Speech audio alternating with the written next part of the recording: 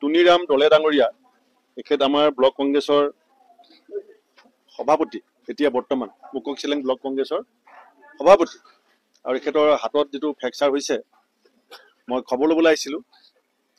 আৰু মোৰ বাওঁহাতে বহি আছে বিক্ৰম ৰামচিয়াৰী, আমাৰ APCCৰ ST চেলৰ সাধাৰণ সম্পাদক, আৰু এইফালে বহি আছে আমাৰ জিলা যুৱ কংগ্ৰেছৰ সভাপতি ৰহিম পেগু, আৰু আমাৰ বাইদেউ মহিলা কংগ্ৰেছৰ ভাইচ প্ৰেছিডেণ্ট কনকলতা পাতিৰ পেগু, আৰু লক্ষ্যনাথ পদুম আহি পোৱা নাই। পাদুম আহিছে নেকি? লক্ষ্যনাথ পাদুম। এই ফটো আৰু ব্যক্তিক আপোনালোকে ওচৰৰ পৰা দেখিলে সকলোৱে বুজি পাব যে কিমান নিৰ্মমভাৱে এওঁলোকৰ ওপৰত আক্ৰমণ হৈছিল, প্ৰাণে মাৰিবৰ কাৰণে চেষ্টা কৰা হৈছিলে। এতিয়ালৈকে ৰামচিয়াৰীয়ে চকু মেলিব পৰা নাই, আৰু দুখন হাতত ফ্ৰেকচাৰ লৈ পেলাই এজন বয়োজ্যেষ্ঠ কংগ্ৰেছ নেতা টুনিৰাম দলে ডাঙৰীয়াই কি ধৰণে এই সময়খিনি পাৰ কৰিছে আপোনালোকে আজি দেখিছে। এওঁলোকক যোনে যোনে প্ৰহাৰ কৰিলে, এওঁলোকৰ ওপৰত যিবিলাকে পৰিকল্পিত আক্ৰমণ কৰিলে, তেওঁলোকৰ বিৰুদ্ধে আমাৰ জিলা কংগ্ৰেছৰ সভাপতি ভাস্কৰ দুৱৰাই কেছ দিছিলে। কিন্তু আছামীবিলাকক পুলিচে থানালৈ নি চাহ খুৱাই পেলাই এৰি দিলে, চাহ মিঠাই খুৱাই পেলাই এৰি দিলে। আৰু এৰি অহাৰ পিছত আবেলি বিধায়কৰ লগত ফটো মাৰিলে। এওঁলোকক যিবিলাকে মাৰপিট কৰিলে, আমাৰ জিলা কংগ্ৰেছে কেছ দিলে, জিলা কংগ্ৰেছে ধৰ্ণা দিলে। ধৰ্ণা দিয়াৰ পিছত তেওঁলোকক নি পেলাই থানাত বহাই চাহ মিঠাই খোৱালে। চাহ মিঠাই খোৱালে OCক দিছপুৰৰ পৰা ফোন আহিলে, লগে লগে MLA আহিলে, এছেম্বলি এৰি থৈ ভুৱন পেগু ডাঙৰীয়া আহি পেলাই তেওঁলোকৰ সৈতে ফটো মাৰিলে। এইখন ফটো ইয়াত ফটোত আছে হিতেশ পেগু আছে, যাৰ বিৰুদ্ধে আমি আমাৰ দলৰ নেতাকৰ্মীক প্ৰাণে মৰাৰ যি চেষ্টা আপোনালোকে দেখিলে গম পাব। এইফালে এইটো চিলনি পৰিছে। এতিয়াও আজি কেইদিন হ'ল, আজি এই পৰিস্থিতিত মই জোনাইবাসী ৰাইজক আৰু অসমবাসী ৰাইজক এষাৰ কথা ক'ব বিচাৰিছোঁ যে আমাৰ ভাৰতবৰ্ষ এখন গণতান্ত্ৰিক ৰাষ্ট্ৰ, আৰু ইয়াত শাসকৰ যিমান প্ৰয়োজন আছে সংবিধান মতে বিৰোধীৰো সিমান প্ৰয়োজন আছে। বিৰোধী ৰাজনৈতিক দলক শ্বেডো গভৰ্ণমেণ্ট বুলি কোৱা হয়। অৰ্থাৎ ৰাইজে যেতিয়া বিকল্প বিচাৰে, চৰকাৰৰ প্ৰতি যেতিয়া ৰাইজৰ মোহভংগ হয়, ৰাইজ যেতিয়া অতিষ্ঠ হয়, তেতিয়া ৰাইজে বিৰোধী ক্ষমতালৈ আনে। বিৰোধী বিভিন্ন প্ৰকাৰৰ হ'ব পাৰে, ক'ৰবাত আঞ্চলিক দল থাকে, ক'ৰবাত ৰাষ্ট্ৰীয় দল থাকে। আজি এই কথাবিলাক, এই যি ঘটনা হৈছে ৰামচিয়াৰীৰ ওপৰত, আমাৰ টুনিৰাম দলৰ ওপৰত যি আক্ৰমণ হৈছে, এনেকুৱা কথাবিলাক আগতে আমি পশ্চিমবংগৰ খবৰ হিচাপে পেপাৰত পঢ়িছিলোঁ বা টিভিত দেখিছিলোঁ। মাজে মাজে বিহাৰত আমি এই কথাবিলাক দেখিছিলোঁ। কিন্তু আজি অলপ দিনৰ পৰা অসমৰ প্ৰান্তে প্ৰান্তে, অঞ্চলে অঞ্চলে বিজেপিৰ যিটো অটপালি, বিজেপিৰ যিটো দাদাগিৰি, যিটো বাহুবল, সেইটো কি ধৰণে বৃদ্ধি পাইছে। কালি গোটেই অসমৰ মানুহ হতবাক হৈ গ'ল যে যিটো কাম জোনাইত বিজেপিৰ গুণ্ডাই কৰে, যিটো কাম চতিয়া থানাৰ সন্মুখত মোৰ লগত বিজেপিৰ গুণ্ডাই কৰিলে, যিটো কাম চামগুৰিত বিজেপিৰ গুণ্ডাই কৰে, সেই একেটা কাম কালি এছেম্বলিৰ ভিতৰত বিজেপিৰ এজন MLA কৰিছে। তাৰমানে অসমৰ যিটো গণতান্ত্ৰিক প্ৰমূল্য কোনফালে গৈ আছে। ৰূপজ্যোতি কুৰ্মীয়ে এজন বিধায়ক চেয়াৰমান আলীক মাৰিবৰ কাৰণে একেবাৰে তেওঁ সন্মুখলৈকে খেদি আহিছে, যিটো স্বাধীনতাৰ পাছত অসমৰ কোনো মানুহে এনেকুৱা দৃশ্য বিধানসভাত দেখাও নাই, শুনাও নাই। তৰ্কাতৰ্কি হয় বিধানসভাৰ, তৰ্কাতৰ্কি, যুক্তি তৰ্ক, মত পাৰ্থক্য, বিতৰ্ক, এইটো বিধানসভাৰ এটা সাধাৰণ ঘটনা। কিন্তু এজন বিধায়ক, শাসকীয় পক্ষৰ এজন বিধায়কক একেবাৰে চুটিগুৰিলৈকে খেদি অহা, এইটো সম্ভৱতঃ গোটেই পৃথিৱীৰ কোনো গণতান্ত্ৰিক দেশত এনেকুৱা যিটো পাশবিক, মানে যিটো হিংস প্ৰকৃতিৰ যিটো স্বভাৱ, যিটো জীৱ জন্তুৰ ক্ষেত্ৰত দেখা যায়, সেইটো বিধানসভাৰ ভিতৰত দেখা গৈছে। আৰু মুখ্যমন্ত্ৰী মৌন, বিধানসভাৰ অধ্যক্ষ মৌন, তাৰ পাছত অখিল গগৈলে খেদা মাৰি গৈছে এজনেই মানুহ। যেতিয়া পথাৰত ষাঁড় গৰুবিলাকৰ যুঁজ কৰে, তেতিয়া ষাঁড়টোৱে চাৰিওফালে খেদি ফুৰে বাকীবিলাকক। তাৰপিছত দেৱব্ৰত শইকীয়া ডাঙৰীয়া থিয় হৈ পেলাই ক'লে যে এই ধৰণৰ পৰিস্থিতি আমি মানি ল'ব নোৱাৰো। তেতিয়া তেওঁ কৈছে যে দেৱব্ৰত শইকীয়া মাইকটো ভাঙি দিম। দেৱব্ৰত শইকীয়া কেৱল কংগ্ৰেছ দলৰ নেতা নহয়, বিৰোধী দলৰ দলপতি বিধানসভাত। সমগ্ৰ অসমৰ যিটো বিৰোধী ৰাজনৈতিক সত্তা, সেই সত্তাটোক যিজন মানুহে প্ৰতিনিধিত্ব কৰে বিধানসভা মজিয়াত, তেওঁ কি কৈছিলে যে এই ধৰণৰ পৰিস্থিতি আমি বিধানসভাত সহ্য কৰিব নোৱাৰো, অধ্যক্ষ মহোদয় আপুনি হস্তক্ষেপ কৰক। তেতিয়া ৰূপজ্যোতি কৰ্মীয়ে ক'লে যে আপোনাৰ মাইকটো ভাঙি দিম। পুৰা বিজেপি মৌন। এতিয়া জোনাইত মানুহ মাৰিলে থানাত নি পেলাই চাহ মিঠাই খুৱায়, চতিয়াত মোক নাক ভাঙি দিলে মূৰে খুন্দিয়াই তেওঁৰ লগত বিধায়ক পদ্ম হাজৰিকাই ফটো মাৰিলে, গামোচা দিলে, সেই ফটো আছে, মই অলপ পাছত আপোনালোকক দি দিম।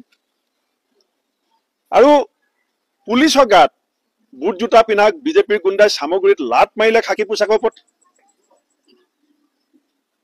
আৰু এছেম্বলিৰ ভিতৰত দুজন MLA বিৰোধী দলপতিক ইমান তীব্ৰভাৱে আক্ৰমণ কৰা হ'ল।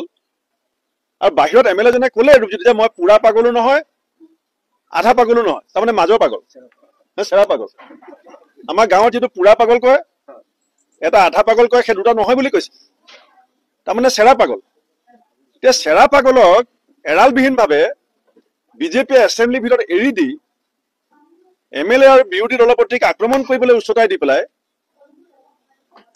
গোটেই গণতান্ত্ৰিক ব্যৱস্থাটোক কোনফালে লৈ যাব বিচাৰিছে, এইটো কিন্তু অসমৰ ভৱিষ্যতৰ কাৰণে অত্যন্ত সাংঘাতিক অশনি সংকেত। আমি কংগ্ৰেছ দলে ভয় খাই পিছ হুঁকি নাযাওঁ, কিন্তু আমি অসমৰ ৰাইজৰ গুৰিত প্ৰথমতে বিচাৰখন দি ল'ব বিচাৰিছো যে আমিও উভতি যুঁজিব লাগিব নেকি। আমাৰ নিৰাপত্তা অসম পুলিচে, অসমৰ গৃহ বিভাগে সুনিশ্চিত কৰিব নে আমিও কংগ্ৰেছীসকলে দা লাঠি জোং লৈ আমি আমাৰ নিজৰ নিৰাপত্তা সুনিশ্চিত কৰিব লাগিব। আৰু বিধানসভালৈ বিৰোধী বিধায়কসকলে লগত কি হাতিয়াৰ লৈ যাব লাগিব নেকি নিজক বচাবৰ কাৰণে? নিজৰ বিধায়কসকলৰ নিৰাপত্তা সুনিশ্চিত কৰিবৰ কাৰণে বিধানসভাত তাৰমানে হাতিয়াৰ লৈ যাব লাগিব নেকি?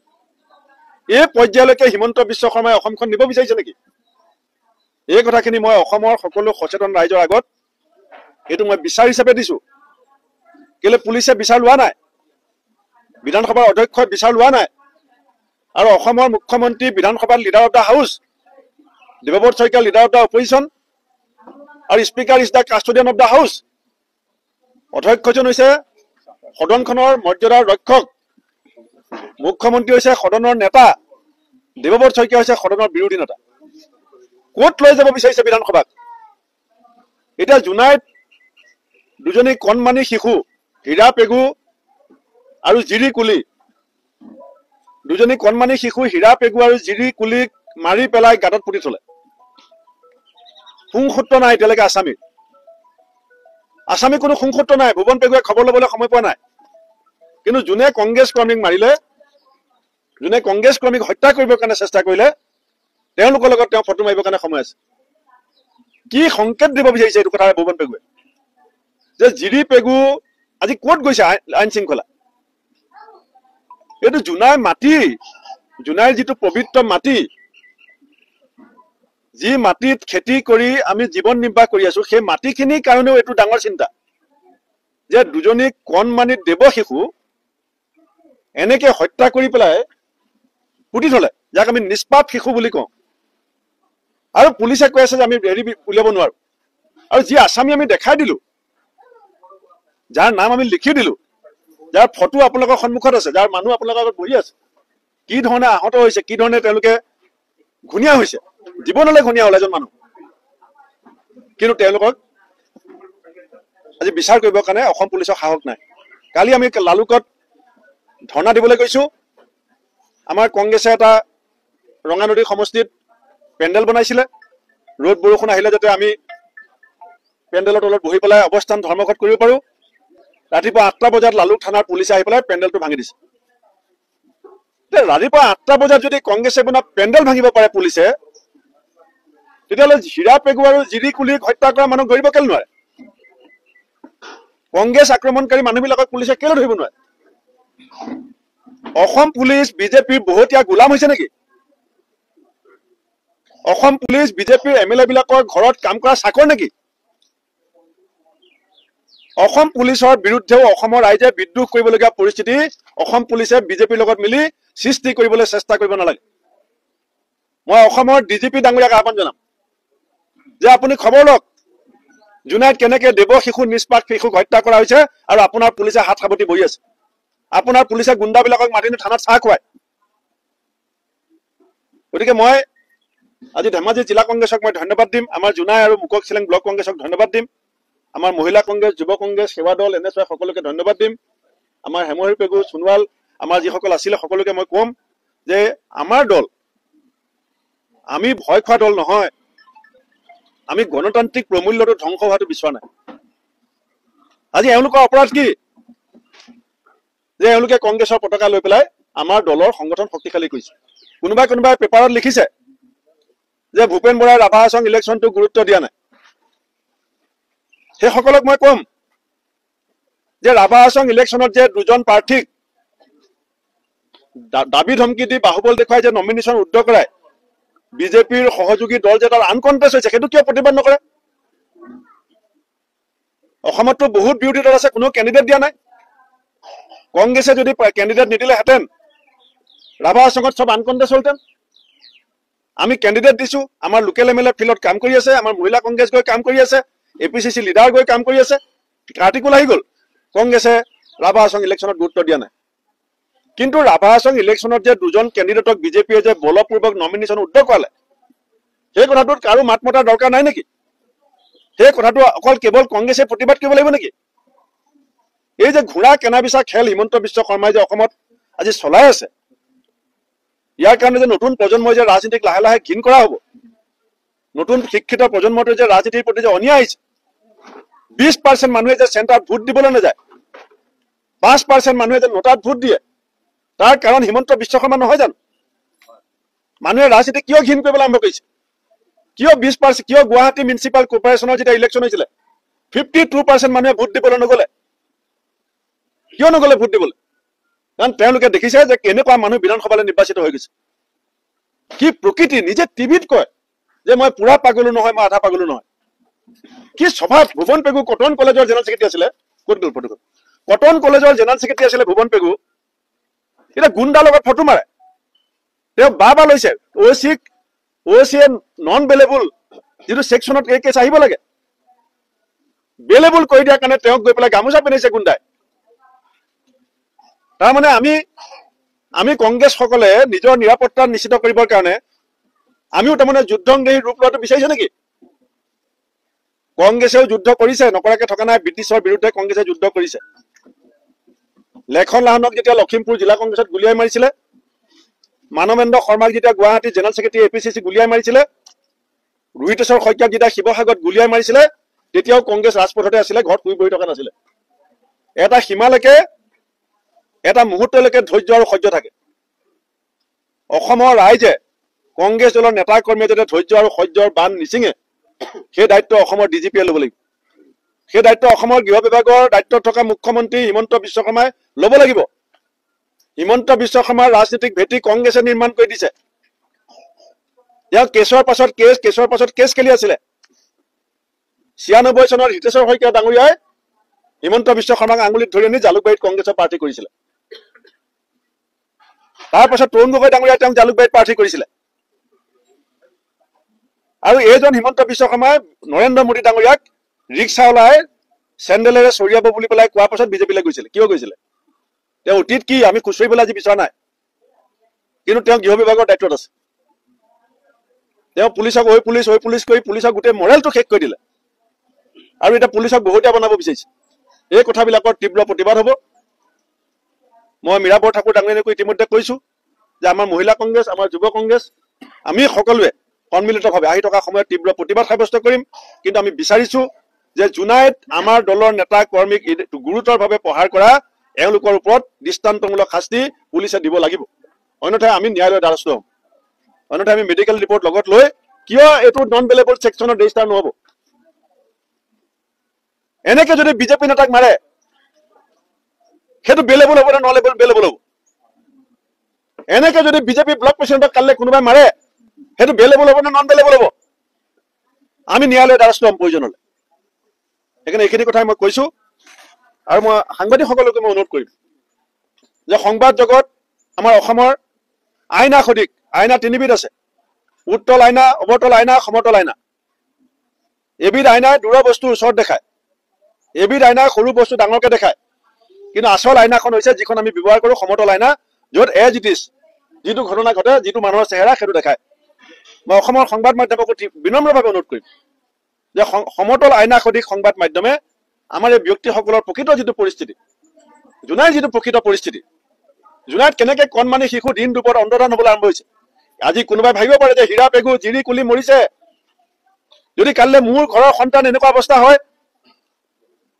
কাইলৈ যদি মোৰ পৰিয়ালত যদি এনেকুৱা হয়, হীৰা কুলি যদি মোৰ ছোৱালী হয়, জিৰি কুলি হীৰা পেগু জিৰি কুলি যদি মোৰ সন্তান হয়, তেতিয়া মই মনে মনে থাকিম নে নাথাকিম? আজি হীৰা আৰু জিৰি হৈছে, এই কথা যদি আমি তীব্ৰ প্ৰতিবাদ নকৰোঁ, পুলিচক যদি আমি আইনগত ব্যৱস্থা ল'বলৈ বাধ্য নকৰোঁ, কাইলৈ এই ঘটনা মোৰ ঘৰত হ'ব পাৰে। বেলেগৰ ঘৰৰ গাঁতত যেতিয়া নিজৰ ঘৰৰ সন্তান ওলায়, আমি অসমবাসী ৰাইজে এই কথা অনুভৱ কৰিব পাৰিব লাগিব যে আমাৰ ঘৰৰ পদূলিত, আমাৰ চোতালত যদি এনেকুৱা সন্তান, আমাৰ সন্তান ওলাবলৈ হয়, আমাৰ মানসিক যান্ত্ৰণা কেনেকুৱা হ'ব?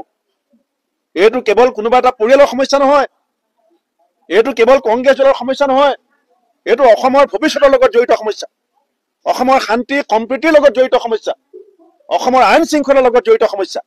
আৰু এই কথাখিনি হিমন্ত বিশ্ব শৰ্মাই কাণ পাতি শুনি এটা সিদ্ধান্ত অসমৰ ৰাইজৰ সন্মুখত ৰাখিবৰ কাৰণে মই তেওঁক আহ্বান জনাই মোৰ ক'বলগীয়াখিনি সামৰণি মাৰিছোঁ।